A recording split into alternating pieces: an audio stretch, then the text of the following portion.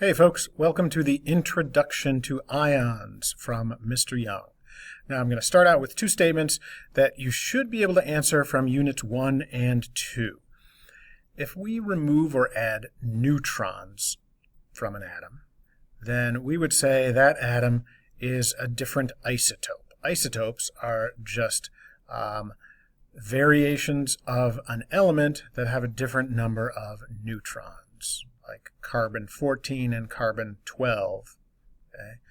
They have different numbers of neutrons, but the same number of protons. Now, if we change the number of protons in an atom, well, that's a pretty drastic thing. The number of protons defines what the atom is, what type of element it is. So if we change the number of protons, we get a different element. Okay? Those are both things you already knew about. But now, if we remove or add electrons to or from an atom, well, what we call it then is an ion. If we add electrons to an atom and make it negative, or if we take away electrons from an atom and make it positive, it will be an ion. An ion is a charged particle. Now here's an example. Good old oxygen has 8 protons and 8 neutrons in the nucleus. It has 8 electrons, and the electron configuration is 2-6. Okay? Now, if we add 2 electrons to that oxygen, so it now has 8 protons, it's still oxygen, it has 10 electrons, and it has 8 neutrons, well, right here we can see that it now is going to have an electron configuration of 2-8. Why would oxygen want to gain 2 electrons? Well, it's just about this valence number right here. 8 is great. Atoms love to become more stable. When they do that, they become ions by gaining or losing electrons, and they are now stable because they have a valence electron structure that's like a noble gas. They have 8 electrons in their valence shell. They didn't turn into a noble gas, but they have a valence shell structure of a noble gas. So that oxygen would now be written this way. It is an O-2, or sometimes you'll see it 2-. It's an oxygen that has 2 extra electrons, so it has a -2 charge. Now let's do a little bit of adding and subtracting of positive and negative particles to get ourselves thinking about ions. Okay? So let's imagine that I have 1 electron, that's a -1 charge, and 1 proton, that's a +1 charge. What is the net charge? And you're going to see this term a lot and hear it a lot. Net charge just means the total charge. So a -1 and a +1, this is middle school math, they combine together to be neutral. -1 plus +1 is 0. Okay? If I have 3 electrons, that's a -3 charge, and 2 protons, that's a +2, well, that would be -1 because -3 plus +2 equals -1. Or these 2 positive protons cancel out 2 of these negative electrons, and we would just have a -1 charge left over. Here's another example, a little more complicated. We have a -4 from 4 electrons, and we have 6 protons, that's a +6. That would be a +2 charge because we have 4 electrons, -4, plus +6, 6 protons, gives us a total net charge of +2. Or those 4 electrons balance out 4 of these protons, leaving us with 2 leftover protons, +2. What is the net charge here? Well, this is pretty simple. -5 from 5 electrons, plus 5 from 5 protons, that's got a net charge of 0. But now, watch what I do. I'm going to add 1 electron. Okay, let's add 1 electron. Now we've got 6 electrons and 5 protons. Oh, I see. -6 plus +5 is a -1 charge. So if we add an electron, we end up with a -1 charge.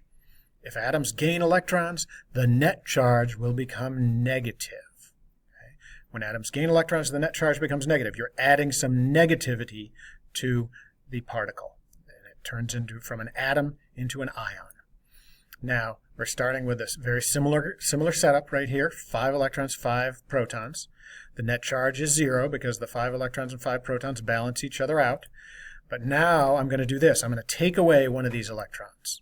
Okay, now we have 4 electrons and 5 protons. What is the net charge? It'll be +1. -4 plus +5 equals +1. In this case, if atoms lose electrons, the net charge becomes positive. Now that may make your brain explode a little bit. We're losing electrons, and so it becomes positive. But let's think about that for a second. we now have a situation where we have more protons than we have electrons. We have one less electron, so we have one more proton than electron. So we're going to have a positive charge. There are more protons than electrons. So if atoms gain electrons, the net charge becomes negative. That's easy to figure out. But sometimes your brain may resist trying to understand this part. But if you really think it through, if you lose electrons, the net charge becomes positive because now you have more protons than you have electrons. Okay? All right. Now, don't worry about this slide, but we want to focus on getting the notes on page 5. Okay? Page 5, I'm going to go through a couple examples of atoms turning into ions. So let's, excuse me. I'm going to start out with the idea of stability because that's what atoms want. Atoms want to become stable. For an atom, stability means having 8 valence electrons or becoming like the nearest noble gas. Okay? When you have 8 valence electrons, that is called a stable octet. Like an octopus has 8 arms, a stable octet means having 8 valence electrons. Okay, now what I'd like you to do is hit pause, take your periodic table, and look up the electron configuration for each of these. Okay, hit pause, look up the electron configuration, and write it down in your notes. Okay, you're back. Here are the electron configurations for each of these atoms. Okay, fluorine has 2 in the first shell, 7 in the second. So how do these atoms become stable? Well, they become like the nearest noble gas. If you have 7 valence electrons, you're really close to 8. So with 7 valence electrons, the fluorine will become like neon with 2-8, so it's going to gain 1 electron. It's much easier to gain 1 electron than to lose 7 electrons. Sulfur wants to be like argon, 2-8-8.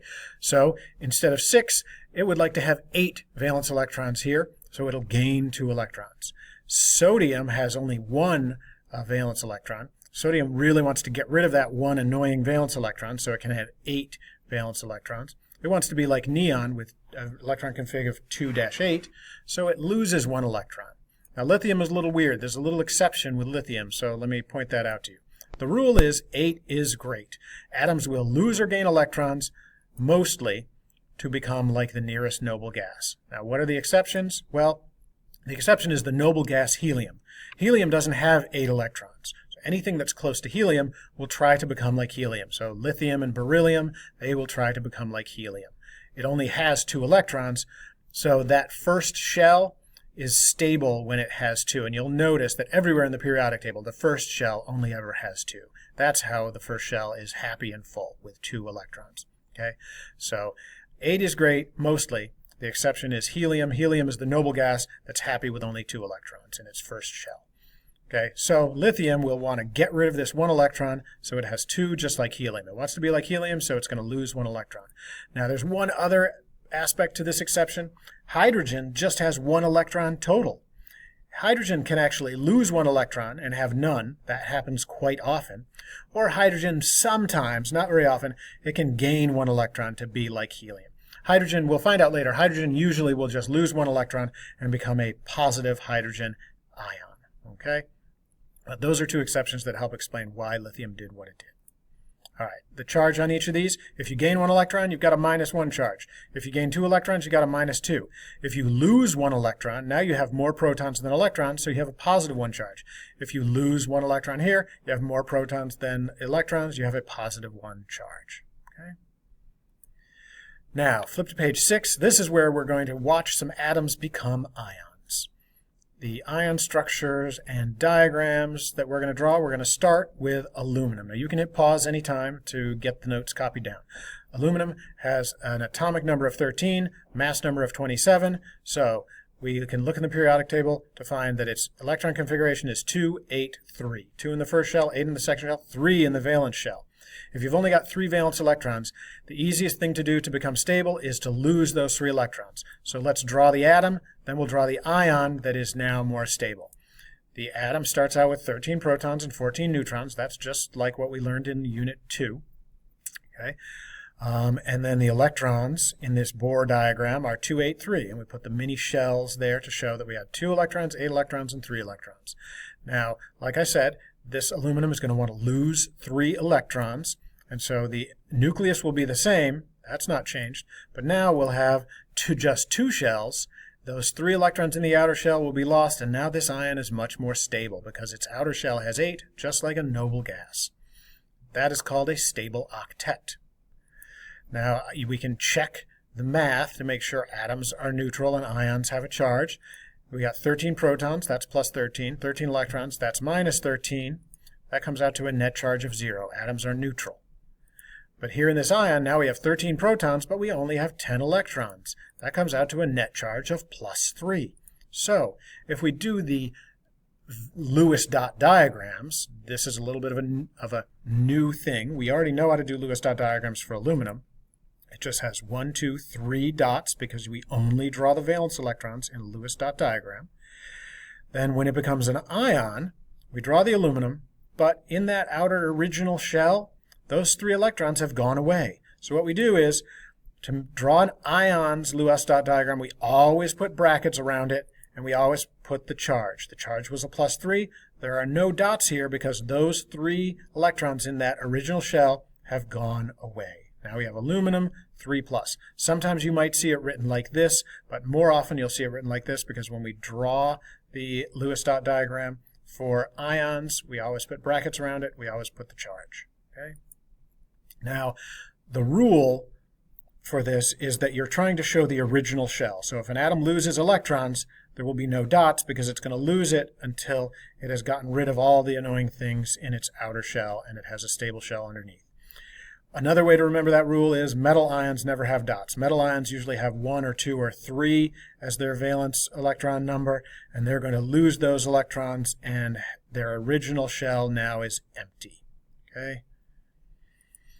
So we lost some electrons to make a positive ion. We went from an aluminum atom to an aluminum ion. Okay, here's one more example. Chlorine. Chlorine 35. It has an atomic number of 17, mass number of 35. Electron configuration is 2-8-7. You can look it up on your periodic table. So we can make the Bohr diagram, 2-8-7 in the shells, 17 protons, 18 neutrons in the nucleus. This chlorine is so close to being a noble gas. It just needs to add 1 electron. So we'll go from 7 to 8 to become stable.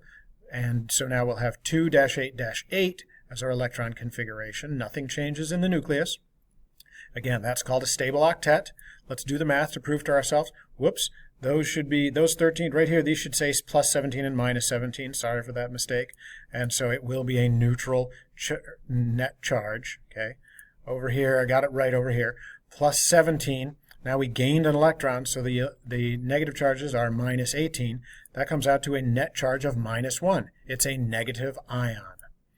So chlorine's Lewis dot diagram is 1, 2, 3, 4, 5, 6, 7. Ooh, but it's missing 1. It really wants to gain 1 electron.